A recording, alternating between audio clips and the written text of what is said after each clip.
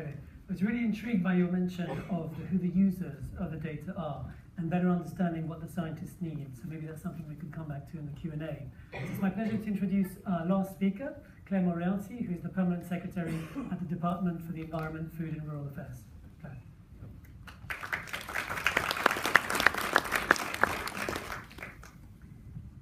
Thank you. So I've just got the one slide. I'm going to leave it up there. It means I can put this down on the floor. So I'm here as the second of the government speakers today, and I'm from DEFRA. Now DEFRA is a government department, but we also talk increasingly about the DEFRA group, and that's a group of over 30 organisations who in combination do all the central government functions in the areas of environment, food and rural affairs. And what you can see on the slide is some of the things that we do across organisations like the Environment Agency, Natural England, the Forestry Commission, the Rural Payments Agency, as well as the Central Department. We are in total 22,000 people, and 80% of all the people in the DEFRA group are delivering services directly to customers. Now, quite a lot of our customers deal with multiple organisations within the group. So if you're a farmer, you'll be dealing with the Rural Payments Agency, you may also be dealing with the Animal Plant Health Agency, you may also be dealing with the Environment Agency. And we know that for some of our customers, the experience of dealing with our multiple instances isn't necessarily the best. They can feel a bit duplicative and overlap. So one of the things we've been doing over the last year is really trying to understand how we can improve that service for customers. How can we organise ourselves and our work better so that we give them a better experience by joining up, by standardising, by streamlining our processes. Now, I was kind of very much taken by the existence of the word design in the title for this session. In government, we like design, we like plan, we like structure, we like order. Personally, I'm a mathematician, I like patterns, so I like this stuff. So when we started thinking about how we can make ourselves better, we started with design principles. And we came up with 5 design principles, which are act together, make it simpler, avoid duplication, maximise impact, and embrace data and digital. And I'll come back to those at the end. But one of the things that we found, when I was talking to my team about what I might say today, one of the things that interested me was what came to mind were substantially things which were a bit in the non-design end of the design spectrum. So I just want to tell you a couple of stories about those and then come back to the question of designing for open government. So I'll start with DEFRA's 8,000 datasets. Just after the last election in May 2015, Liz Truss, who was then the Environment Secretary, stood up in front of a group of people and said, DEFRA is going to publish 8,000 datasets by the end of June 2016. Now, there was no particular magic to the 8,000 number. It wasn't something that had been the product of lots and lots of very careful calculation by loads of civil servants. We didn't have reams of explanation about what exactly a dataset was and wasn't. It was just something that was put out there. And in short, it wasn't a particularly designed process that we went into, but it worked. What it did was to galvanise teams across DEFRA to see what we could put out there in the way of data.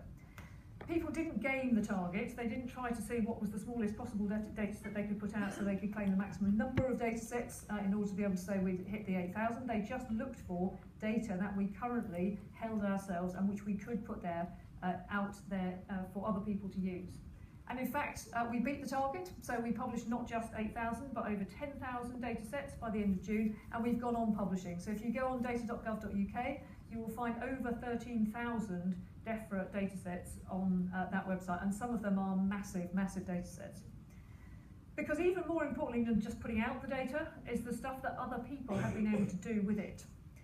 People have built digital tools and services. So things like the Gauge Map API, which allows apps from the Red Cross, from Facebook, from all sorts of places to access Environment Agency data and use that to inform people about their flood risk. And the work that John Murray's done with LiDAR data, taking several layers of LiDAR data, putting it together and being able to tell you about the heights of buildings, of gutters, of trees, of things which have got practical application, for example, in the insurance industry. So our quite undesigned process is allowing people is giving people space to innovate. And maybe that is a bit of design. So if you go back to the Steve Jobs principle, that the first decision in design is actually what not to do. So in a sense, what we've done is to get out of the space and allow other people to do things in it. Now, I think open government is about more than open data. Data doesn't have a monopoly on open, but for some reason they seem to go together. So here's my second story. On Good Friday, I was sitting in the car with my family on the way to a ferry, and the traffic was terrible, and I thought we were going to miss the ferry.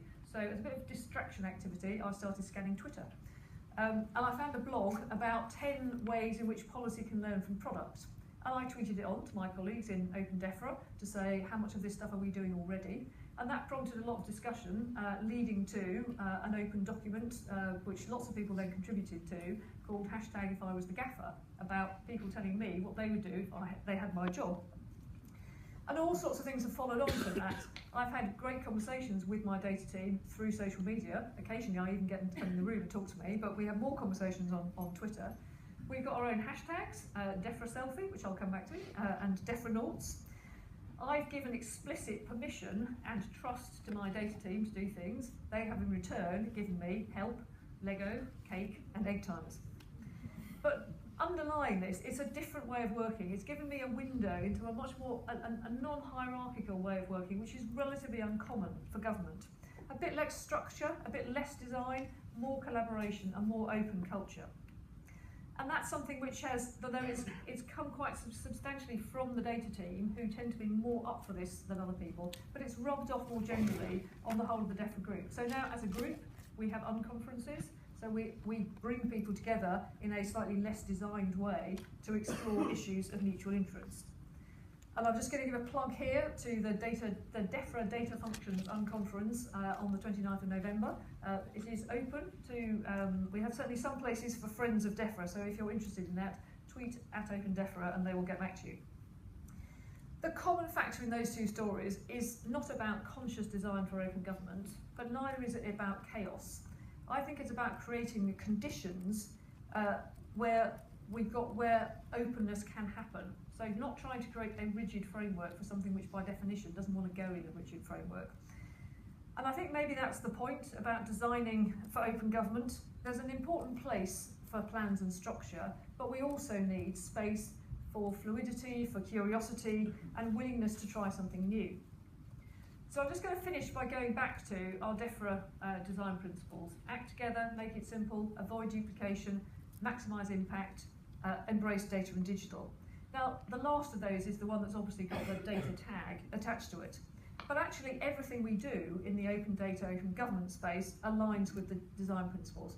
When we're collaborating within and outside the DEFRA group, we're acting together. When we're communicating straightforwardly, we're making it simple. When we're trying to break out of silos, we're avoiding duplication. And when we're creating space for others to innovate, that's when we're really maximising impact.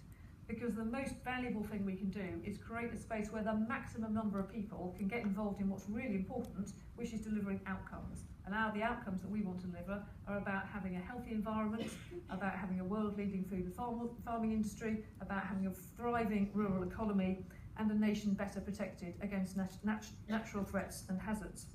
And open data, open ways of working, and open culture are things that can really make that happen for us.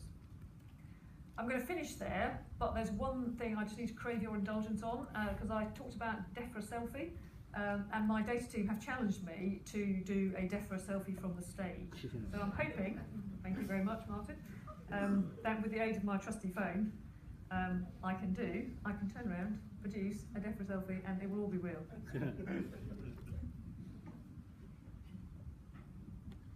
Thank you very much indeed.